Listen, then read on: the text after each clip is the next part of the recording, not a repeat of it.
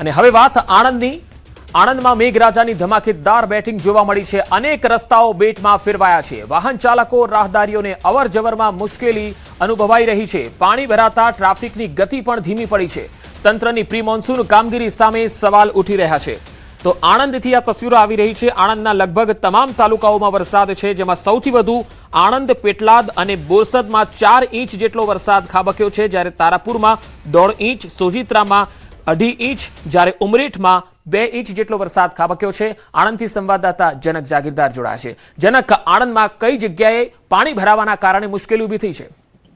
ચોક્કસ પંકજ, આણંદ જિલ્લામાં અત્યારે રેડ એલર્ટ છે. હવામાન વિભાગની આગાહી મુજબ આણંદ જિલ્લો આખો રેડ એલર્ટ છે.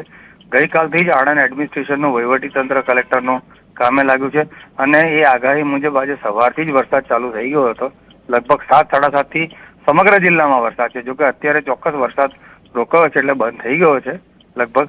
પણ જો જિલ્લાની વાત કરીએ તો આણંદ શહેરના જે નીચાણવાળા વિસ્તાર છે, ઇસ્માઇલનગર છે, અમીના મંઝિલ છે, પછી વ્યાયામ શાળા છે, પછી કરમસદ વિદ્યાનગર પરનો જે ઓવરબ્રિજ છે ત્યાં છે, એ તમામ નીચાણવાળા વિસ્તારોમાં વરસાદી પાણી ભરાયા છે.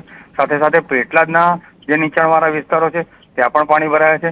સોજિત્રામાં પણ નીચાણવાળા વિસ્તારોમાં પાણી ભરાયા છે, કારણ કે આજે સોજિત્રામાં 3 ઇંચ વરસાદ નોંધાયો, જ્યારે 4-5 દિવસ પહેલા પણ સોજિત્રામાં લગભગ 10 થી 12 ઇંચ વરસાદ નોંધાયો હતો. એટલે ચોક્કસ કહી શકાય કે લોકોની જે કહેવાય કે મુશ્કેલીઓ છે વધી છે. સામાજિક જનજીવન પર આ વરસાદની ખૂબ મોટી અસર છે. અને અત્યારે તો કહી શકાય કે જે આ જોડ વિદ્યાનગરનો જે આખો રોડ છે ત્યાં ઉઘાડ નીકળ્યો છે. એટલે ચોક્કસ આગાહી મુજબ વરસાદ શરૂ તો ચોક્કસ થયો છે પંકજ, અને 2 દિવસ આણંદ જિલ્લાનું રેડ એલર્ટ છે. જી જનક, આભાર માહિતી આપવા માટે. તો આણંદથી આ તસવીર આવી રહી છે. તમે જોઈ શકો છો કે નીચાણવાળા જે વિસ્તારો છે તેમાં પાણી ભરાઈ ગયા છે. આણંદમાં ધોધમાર વરસાદ છે. વહેલી સવારથી જ મેઘરાજાની ધમાકેદાર બેટિંગ જોવા મળી છે. આણંદ, વિદ્યાનગર, કરમસદ સહિતના વિસ્તારોમાં વરસાદી માહોલ બરાબર જામ્યો છે.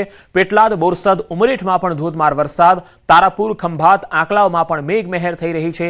ગાજવીજ અને તેજ પવન સાથે વરસાદ વરસી રહ્યો છે. મહી, સાબરમતી કાંઠાના 39 ગામો હાઈ એલર્ટ પર છે. એનડીઆરએફ અને એસડીઆરએફની ટીમો અહીં પણ સ્ટેન્ડ બાય રખાઈ છે. ડિઝાસ્ટર સેલ તાલુકાઓ સાથે સતત સંપર્કમાં છે.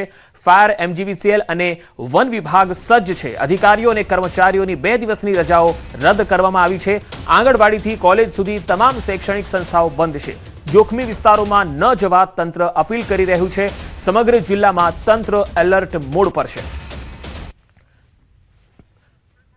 તો આણંદ જિલ્લામાં ધોધમાર વરસાદ, જેમાં સૌથી વધારે પેટલાદ અને આણંદમાં 4 ઇંચ જેટલો વરસાદ પડ્યો છે. બોરસદમાં પણ 4 ઇંચ કરતાં વધુ વરસાદ નોંધાયો છે.